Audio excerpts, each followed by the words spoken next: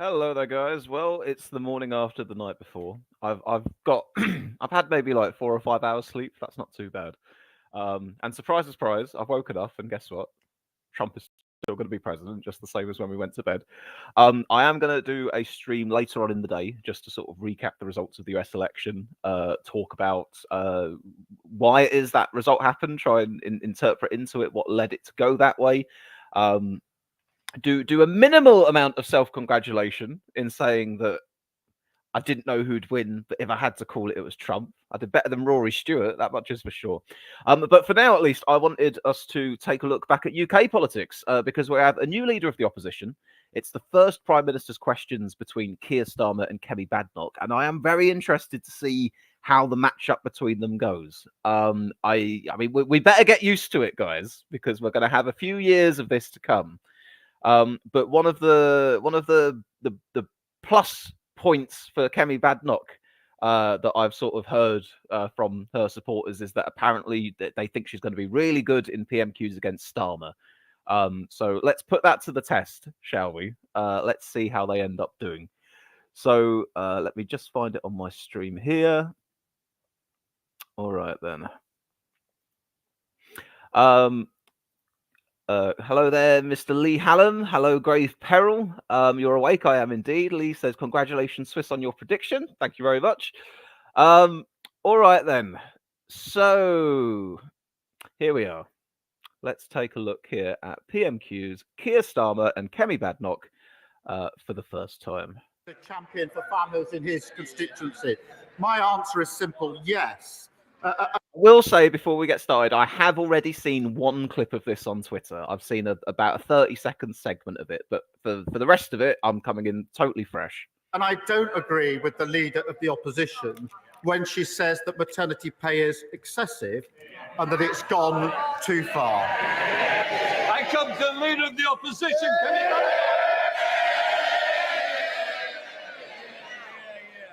Mr. Speaker, can I thank the Prime Minister for his almost warm welcome?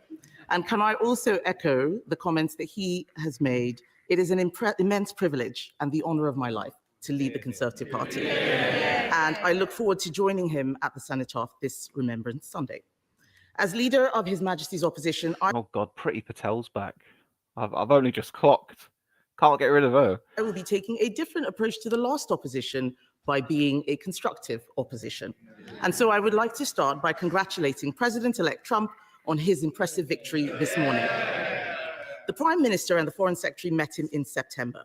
Did the Foreign Secretary take that opportunity to apologize for making derogatory and scatological references, including, and I quote, Trump is not only a woman-hating, neo-Nazi sympathizing sociopath, he is also a profound threat to the international order. And if he did not apologize, will the Prime Minister do so now on his behalf? Now,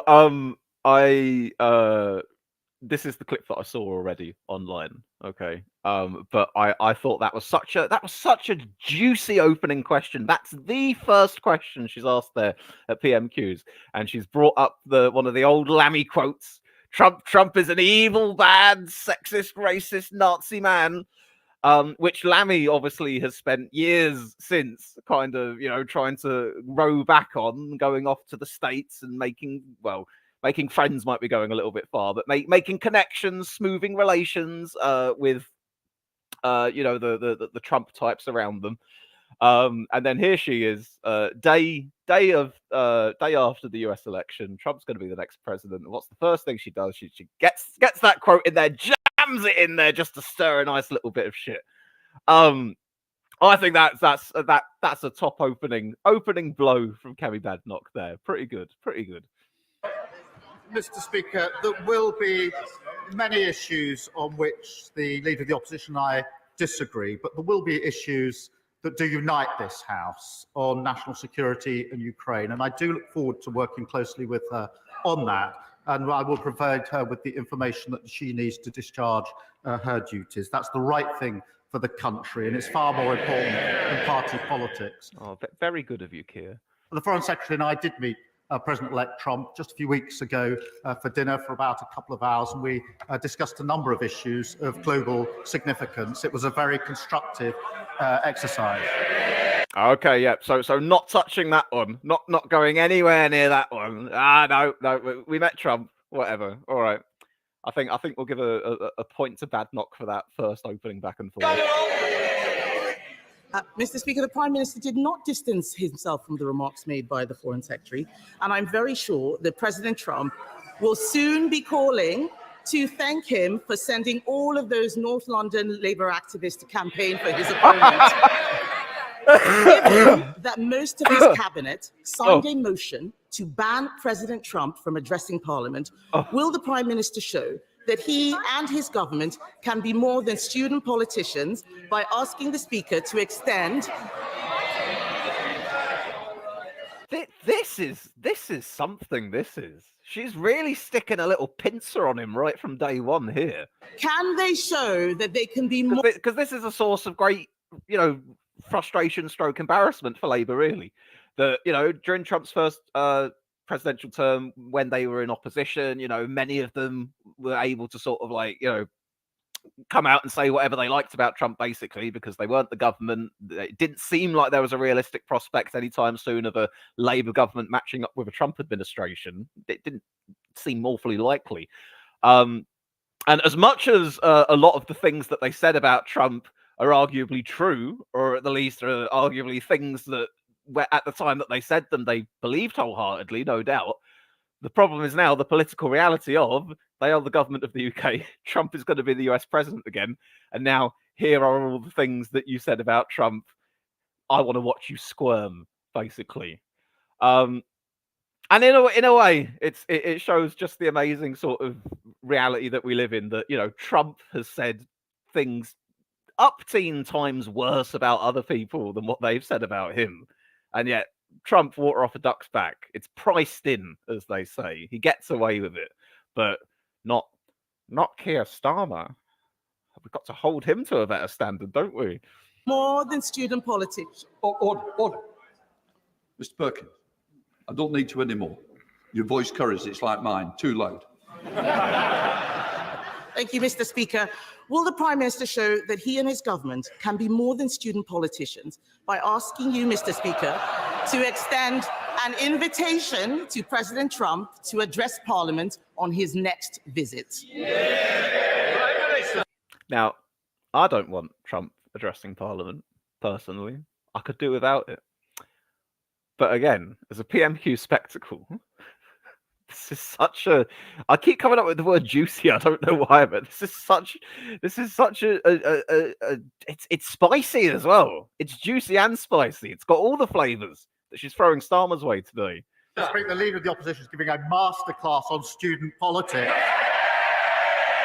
All right, Starmer. All right, a little bit of kickback. Finally, we got something out of him. Not amazing, but it was something, I suppose. But seriously, Mr. Speaker, we live in probably more volatile world than we've lived in for many decades. It is absolutely crucial that we have a strong relationship, that strong special relationship forged in difficult circumstances between the US and the UK. We will continue to work, as we have done in the 4 months in government, on issues of security, our economy, and global conflict. So yeah, that was again. Once again, we're two for two of Starmer not directly addressing whatever comment or question that Kemi Badnock has made, but just a vague about kind of yeah, we're going to work together with Trump. That's about it. So she's bound to get him for that one now. She's bound to go, you've not answered my second question at this point, Mr. Starmer. Mr. Speaker, he does not answer the questions, just read the lines the officials have prepared for him. It doesn't sound like he wants to invite President-elect Trump to Parliament. He needs to look after the special relationship. Oh, you are stirring shit, girlfriend. The US is our single biggest trade partner. Given the risk of increased tariffs on UK exports, which threaten our manufacturing sector, will the Prime Minister commit now to continue the negotiations on our free trade agreement with the US, which the Biden administration cancelled when they came into office? Okay, pivoting onto an actual policy question now, which, we couldn't spend the whole stuff just trying to make them squirm. This Interesting to know. What do they want to do in regards to a free trade agreement? Prime Minister.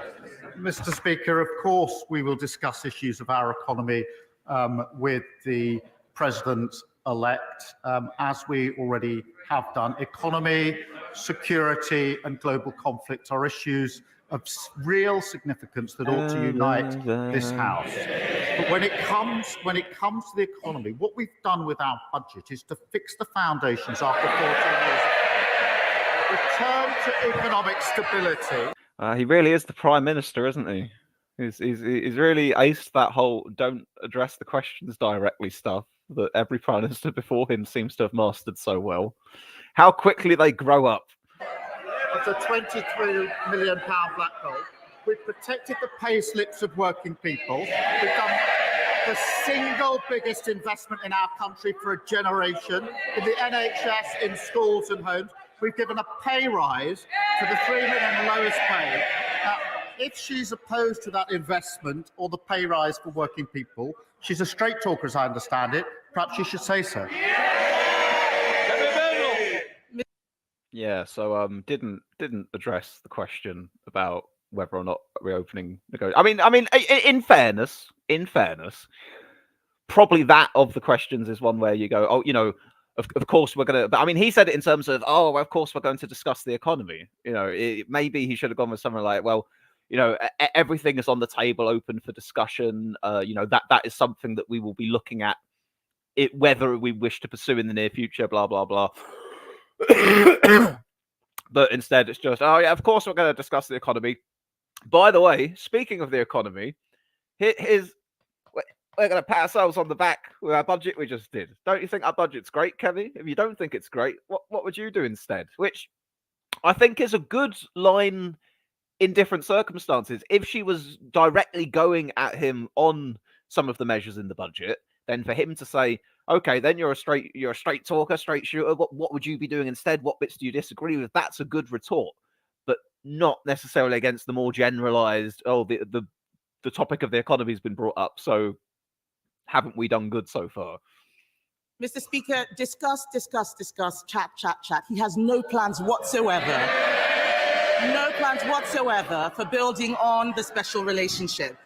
He needs to realize that we in this country rely on our single biggest trade partner.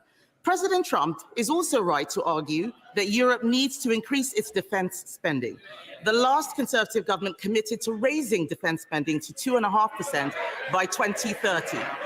Will the Prime Minister finally match this commitment? Okay, another policy question. Mr. Speaker, there is no more important duty than keeping the people of this country safe. And it was the Labour government that signed the NATO treaty in the first place, and we are strong supporters. We have a strategic defence review. We are committed to 2.5%. Well, I would remind the last time 2.5 was met was under the last Labour government. All right. You know, on the one hand, I do have some criticism that he's saying 2.5, but he's not saying when. But on the other hand, I think the line about the last time we hit 2.5 was under the last Labour government, that's quite good as well. Because it also says, look, you, Tory opposition, you may be trying to get me on this, but guess what? You guys didn't have the best track record, and you're the ones that have been in for the last 15. Oh my God. I'm doing Labour's propaganda for them the last 14 years. But yeah, I think that's a fair point for him to bring up. To go, oh yeah, the last time we did it was actually under Labour, so you know, I think we've got a better track record for it than you do. 14 years, and they never did it once. Last year, the NAO identified a £17 billion black hole in the MOD finances. The former Defence Secretary said the previous government hollowed out the armed forces, and the plan they put forward at the election was pure fantasy. Okay, yeah, I'd say on the whole that's been the best response from Starmer so far, because he's been able to attack back at the Tories on their record on the very topic that Kemi Badenoch's brought to him, which is defence spending. And then he's able to go, yes, that's our ambition. Won't be pinned on when, but he says, yes, that's what we're going to end up doing. And here's your legacy. Here's your record of what you guys did since the last time we were in office. So, yeah, best response from Starmer so far, that one. Mr. Speaker, he will not make that commitment. That is very clear. All that he is doing. Kemi is lining up quite nicely across all these questions, though, that she asks a question which demands an answer, and she does not get a direct answer to the question. And then in each subsequent question she asks, she points out the fact that he's not answering the questions. This is what we like to see in PMQs. If they don't answer the questions, you bloody well point it out.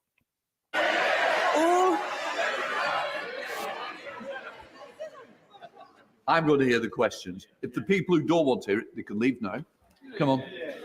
Mr. Speaker, he will not make that commitment, and yet the world is getting more dangerous. His Chancellor's budget did not even mention defense. The Chancellor's budget last week was a copy and paste of Bidenomics.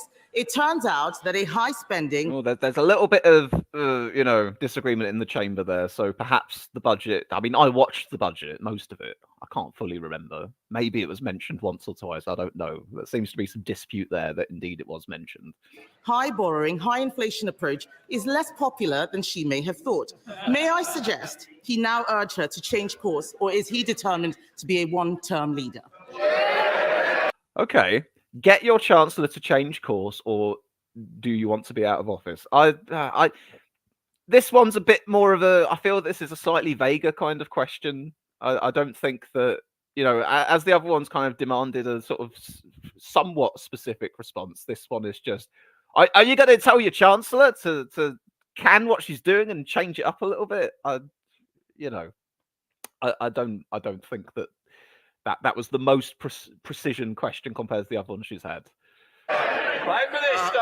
The one thing I learned as leader of the Because it's just begging him to go, you want to talk about the economy? These are the things we've done in the budget. Have a look, Kemi Badnock.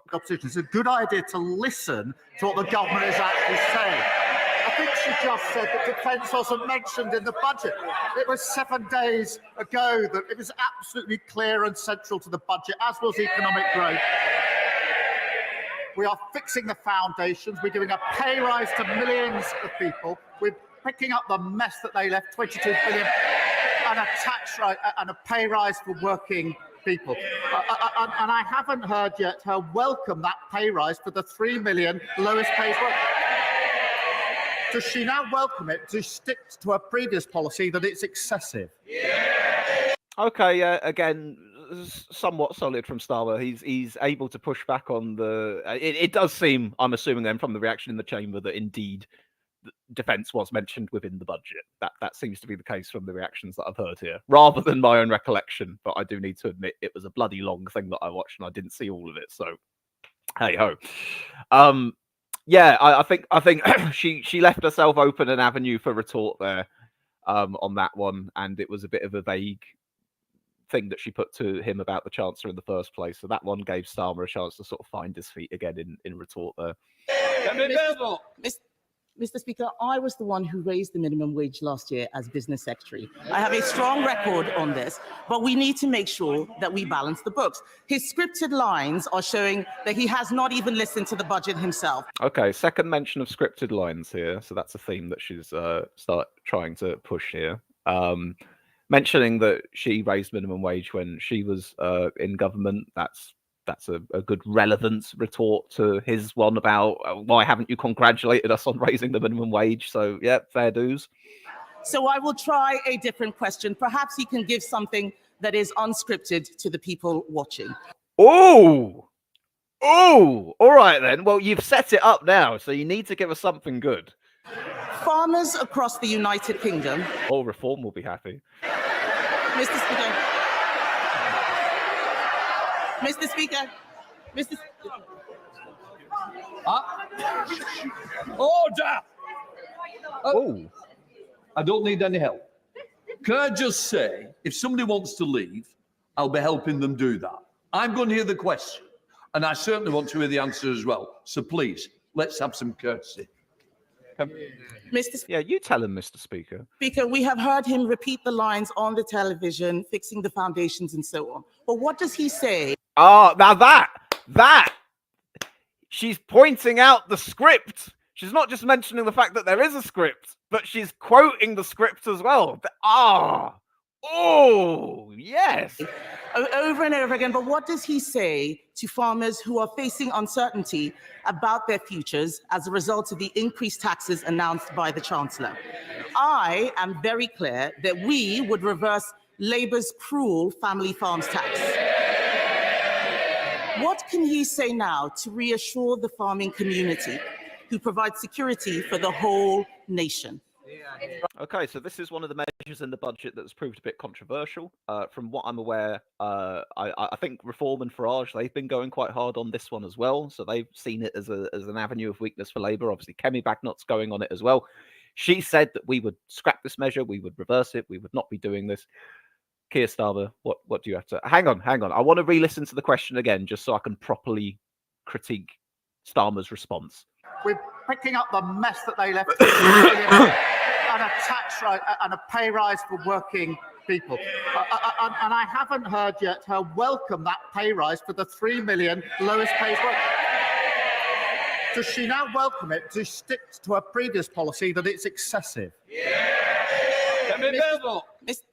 Mr. Speaker, I was the one who raised the minimum wage last year as business secretary. I have a strong record on this, but we need to make sure that we balance the books. His scripted lines are showing that he has not even listened to the budget himself.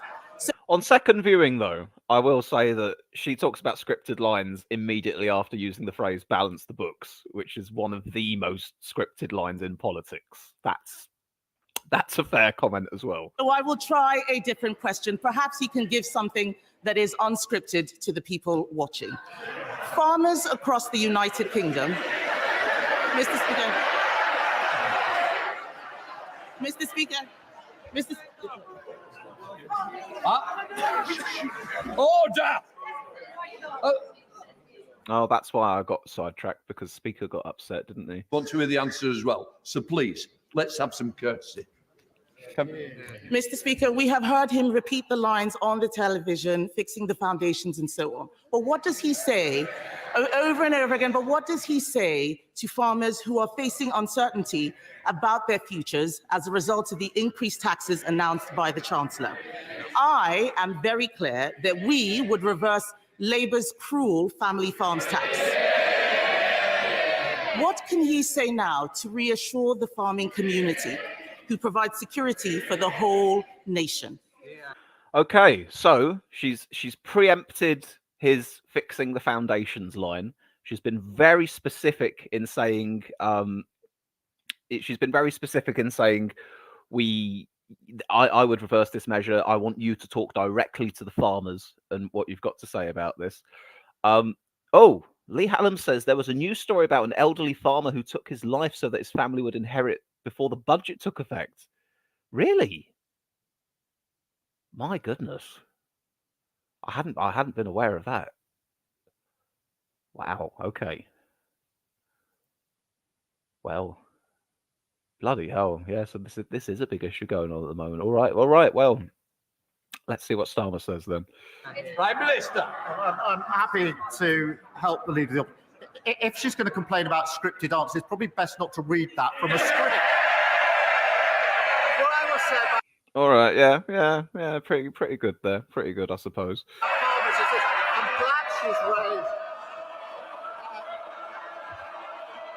I'm glad she's raised farmers, because the budget last week put £5 billion over the next 2 years into farming. That's the single biggest increase, unlike the 300 million, which was an underspend under the last government.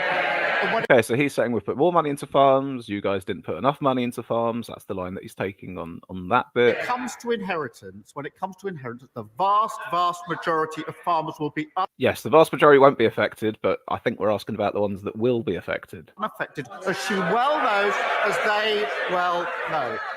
But that budget was about fixing the foundation. Oh, no, Keir, you can't say fixing the foundations, because she called you out on the phrase fixing the foundations. You've fallen into her trap, you silly man. Fixing the whole 22 billion that they left and investing in the future of our country, investing in our NHS, investing in our schools, our hospitals and our homes. And I'm proud that that's the investment work. And if they oppose it, they should go out there and tell their constituents they're against that investment in the future of our country. That's the difference. A Labour government taking us forward. They're stuck in the past. Thank you, Mr. All right. Yeah, they're stuck in the past. Right then. So I was impressed by Kemi Badnoch. You won't be surprised to hear that, given my reaction in this. I thought that she had some real corkers of some opening questions there, and I really think that the first couple of them really made Starmer squirm. I think that Starmer picked up towards the second half. I think he was pretty. I think he didn't have much to say on the Trump-related stuff. He didn't have much he wanted to say on the Trump-related stuff. But then once they moved on to sort of the economy, measures in the budget, stuff like that, it was more traditional political footing for him, where he's able to come with his lines about the record of the Tories and the, if you don't agree with it, then what would you do instead? Blah blah blah. So it got a little bit better from Starmer, but this is Starmer. It's never the most exciting, but he did show a little bit of passion and emotion in some of the retorts there. But on the whole, what I'm coming away from this with, I'd say that Kemi Badnoch gave the stronger performance overall. I think that it was really tight in the first half. It was pretty good in the second half as well. But if her future PMQs performances are like this one, and she's able to not just ask questions that are really going to embarrass them, but at the same time do this sort of peeling back the curtain kind of thing and saying, look, you're going to use this scripted line. We don't want to hear about that thing. I want you to answer this thing directly instead of responding with the usual stuff you do in the media. Anytime that Starmer's response then falls short of that, then means that it's already been pointed out preemptively that he's not going to answer the question. And then he goes on not to answer the question directly. I mean, on the farmers issue, what can he say to reassure farmers who are concerned about the inheritance tax in the budget? Did he say anything to reassure them? I'm not sure that he did. Not for them in their specific situation. Although his response did address the issue at large by saying that only so many people will end up being affected, and in the bigger scale, we're putting this much money into farming. So his response was on topic, at least, kind of counterbalancing, saying, well, here's some good things or some mitigating things, but not specifically addressing the concerns that are affecting certain people. So yeah, that's my takeaway on this first PMQs. I think it was a really solid, good first outing for Kemi Badnoch, I'd say. Not a disaster for Keir Starmer. Certainly embarrassing for him with a few of the questions, but he did okay as far as a Starmer performance goes. But yeah, I'm gonna sort of comfortably say I think Kemi Badnoch came away with the win for this exchange. So there we are, guys. That's just a quick little look at the first PMQs between Keir and Kemi. I will catch you later on today, I imagine, just for recapping more of the US election and kind of going over what's happened and why, trying to understand it. But until then, thank you for joining me. See you later on. Ta-ta.